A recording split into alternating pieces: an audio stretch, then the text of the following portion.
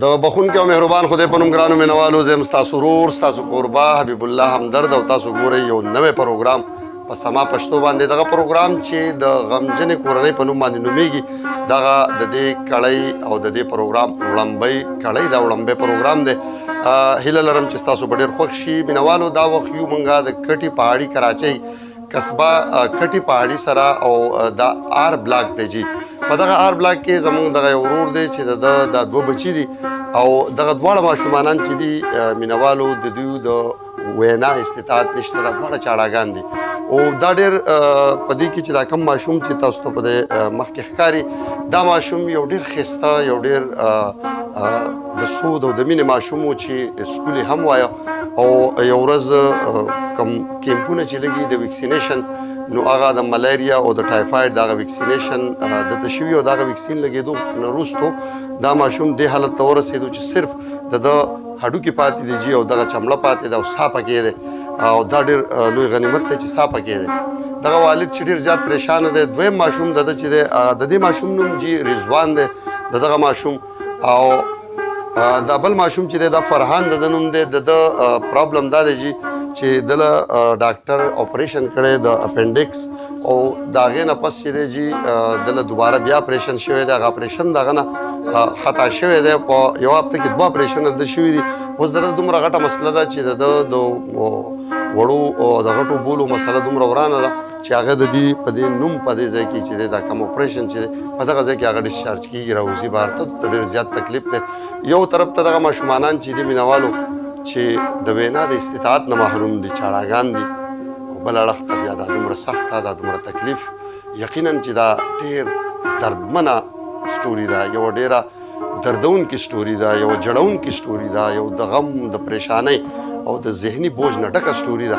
د دغه پلار ته سلام کوم چې دی په دې حالت کې روغ دی دی په دې حالت کې ژوندی دی او دی په دې حالت کې بیا هم منډې ترړې وهي په دغه اسره لګیا دی چې که چېرته د یو طرفه دومره وشي چې د دا بچي بیا دا خپل زوړ ژوند طرف ته راشي د دوی د ژوند دغه مسلې به حل شي.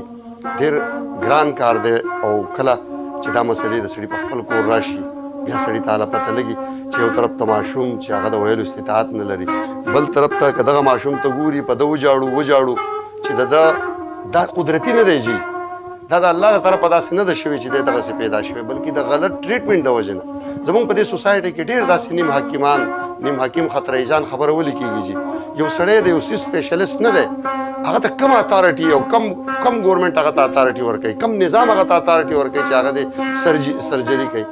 هغه چې سرجن نه وي هغه ولې سرجري کوي او که هغه سرجن نه وي او هغه سرجري کوي نو بیا دا حالت دی چې کوم د دې ماشوم حالت دی دغه ته وړاندې ښایو د دې د دغه پلار سره هم دغه یو څو خبرې کوو کوشش کوو چې دغه ماشومانان چې دی د دې سره هم د دې په ژبه یو 2-3 خبرې وکړو امکان لري.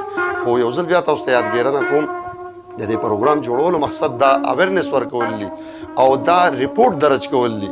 دا ریپورټ د دې پلار د دې ماشومانانو د دې بې زبانه ماشومانانو چونکې د دې ژبه نشته د دې د ژبې هغه کار به مونږ وکړو مونږ به خپله ژبه د دې ژبه وکړو زه به خپله ژبه د دې ژبه کم او د دې دغه ریپورټ دغه بیان به وړاندې راولم ځکه چې دوی د ویلو استطاعت نه لري.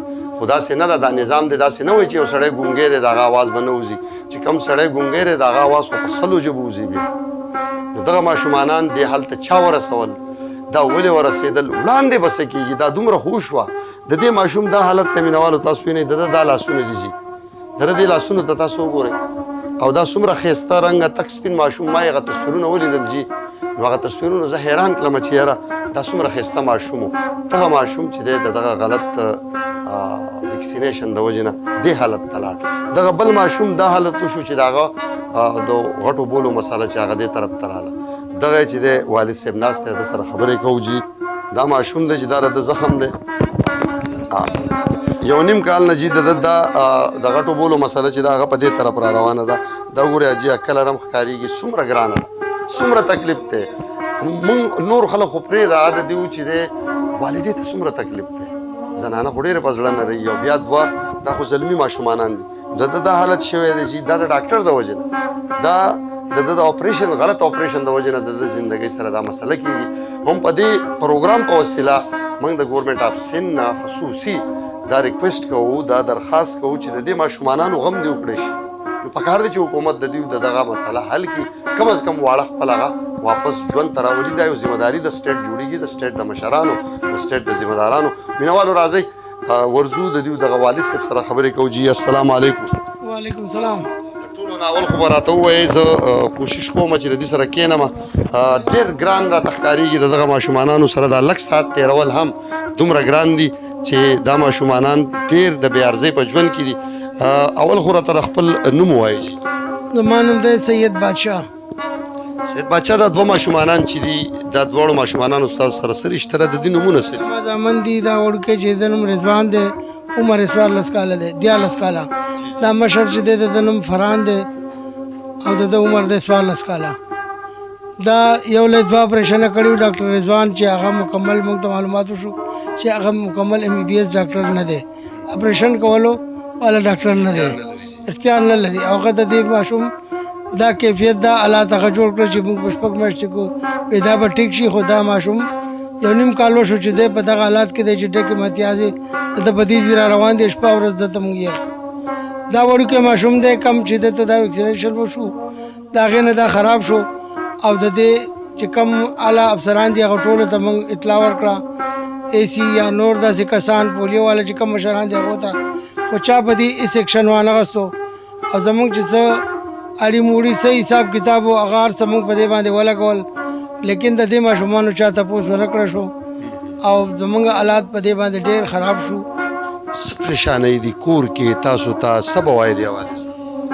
نو بس د ګورنمنټ نه دا خواست کوو چې په دې ماشومانو څه نظرثاني وکړي او د دې دپاره څه داسې علاج معالجه چیف آرمي سټاف نه، وزیر اعظم صاحب نه او د اعلی حکام چې څومره هم دي وزیر اعلی نه موږ دا درخواست کوو چې د دې ماشوم باره کې د دواړو باره کې نظرثاني وکړي.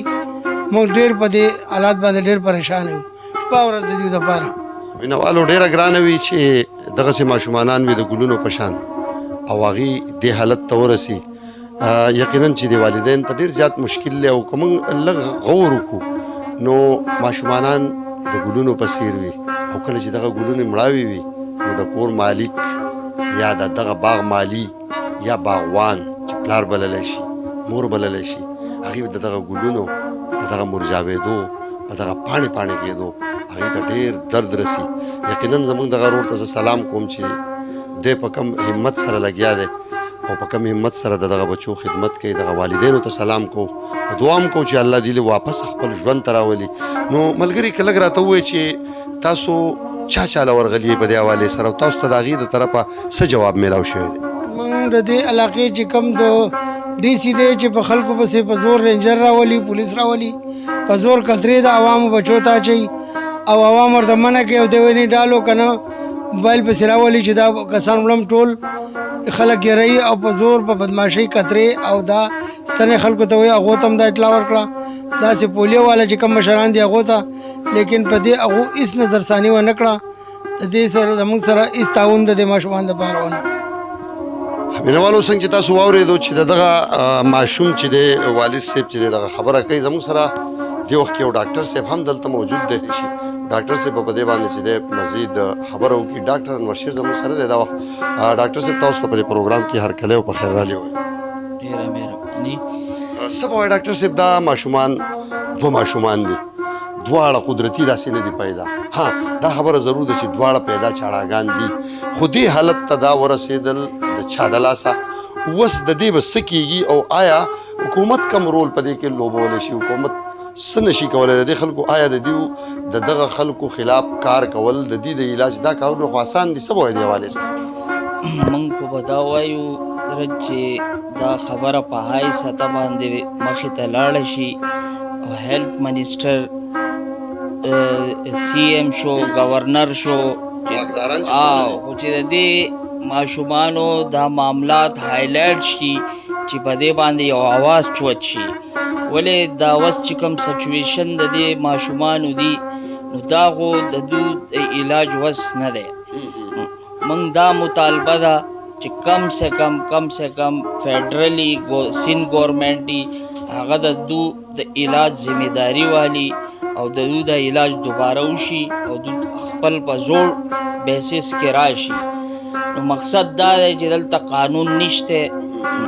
که کم سړی وداؤٹ پرمیشن نه نوځي پولیو قطرې موږ منع نه کوو، نه موږ د هغې نه بایکاټ کوو، خو مقصد دا دی چې د هر شي خپل یو رول ریګولیشن وي. بل چې پولیو ویکسینیشن والا دلته راشي هغه خپل ډیزګنیشن شو کوي نه، فیمیل مخونه یې پټي. نو اوس موږ ته څه علم دی؟ څنګه چې دی ماشوم ته د ټایفاید ویکسین لګېدلی، پته یې د ټیټنس ویکسین لګېدلی، نو د ده دا کیفیت ولې وشو؟ بل زمونږ دا مطالبه ده چې دا کیمپ لګېدلی او د دې باقاعده پوره ویریفیکیشن وشي، د دې انکوایري وشي. په دې کې ډپټي کمشنر صاحب هم انوالو کیږي، په دې کې ټاؤن هیلث افیسر هم دی، په دې کې ډسټرکټ هیلث افیسر هم دی، په دې کې هیلث منسټري هم ده چې په دې باندې کم سے کم ایکشن والی. نن خو د سره وشو، سبا د نورو بچو سره هم دا حالات کېدی شي. نو زمونږ د معاشرې سیسټم دا دی چې د غریب د آواز چوتولو والا څوک شته نه، کوی نو نن به دا حالات زمونږ د دې بچو نه و. نو مقصد دا دی چې ټولې په ځای دي او یقینا داسې ده هم تاسو ماته لږ رانږدې هم شئ. که لږ راته ووایئ چې آیا داسې دې ماشوم ته په کتو، چونکې تاسو میډیکل فیلډ دی، دې ماشوم ته په کتو دې ماشوم ته هم او دې ته هم آیا چانس شته چې دا واړه واپس خپل لایف ته بیا راشي؟ بالکل شته، هر څه شته. الله تعالی چې یو بیماری راولي د هغې شفا هم راولي، خو مقصد د خبرې دا دی چې دا واړه چې اوس په کوم سچویشن کې دي نو دا د دو د علاج بس نه دی. ولې چې دا معمولی علاج نه دی، دا علاج دی د ډیرو پیسو. نو هغه مزدورکار سړی دی، هغه خپل بچو خېټې له پیدا کوي او که دې وړو علاج له پیدا کوي. پاتې شوه د دې ماشوم سرجري، نو دا چې کم سرجن کلی دا ډېر ښه پیژنم، ډاکټر رضوان نوم دی، په ولیکه هاسپټل کې عام ریزیډنټ میډیکل آفیسر دی. خو بس اصل کې زمونږ د پښتنو په معاشره کې ایجوکیشن نشته، نو ځکه به د پښتون په علاقو کې دا حرکتونه کیږي چې د سره د MCPS ډیګري نشته، نه ته څنګه د دې ماشوم سرجري د اپینډکس کې. اپینډکس خو دونه څه میجر سرجري نه ده، خو اوس دا د سرجري په دوران کې د دونه دننه انټسټاینل کولان ډیمیج شوي دي چې دا هغې د غفلت د لاسه د دې ماشوم دا حل وشو. نو د دې علاج شته، دا نه ده چې نشته، خو د هغې اخراجات به څوک ورکړي؟ دونه خو د هغو وس نه رسي. نو زمونږ مطالبه دا ده چې کم د دې قانوني ادارې دي هغې به دې اواز راچوت کي او د دې باقاعده جانچ پړتال وکړي، دا چا سرجري کله په کم هاسپټل کې شو ده د دونه باقاعده پوره ویریفای وشي او بدو باندې یو قانوني کاروایی وشي او دې وړو ته د دو حق میلاو شي. ډېره مننه ډاکټر صاحب موږ سره د خپلو خبرو شریکولو. مینوالو، دغه ډاکټر انور شیر و چې د هغې تاسو خبرې واورېدې د دغه ماشومانانو په اړه باندې. مینوالو، څومره ملګري، څومره کتونکي چې دا وخت زموږ دغه پروګرام ګوري، په دغه شیشه باندې به تاسو ته نمبر راشي.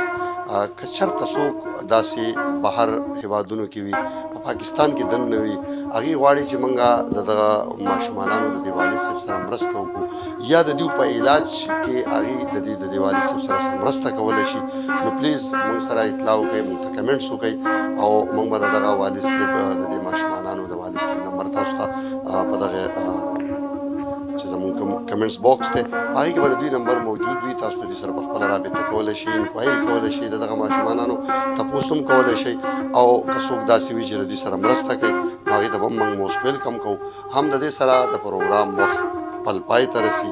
چېرته چې مینوالو ښاد اوسئ، آباد اوسئ، بریالي اوسئ. په لوی الله مو سپارم. خپل کوربه حبیب الله همدرد او کیمرامین شهزاد آفتاب ته ورکوي اجازت. د الله په امان.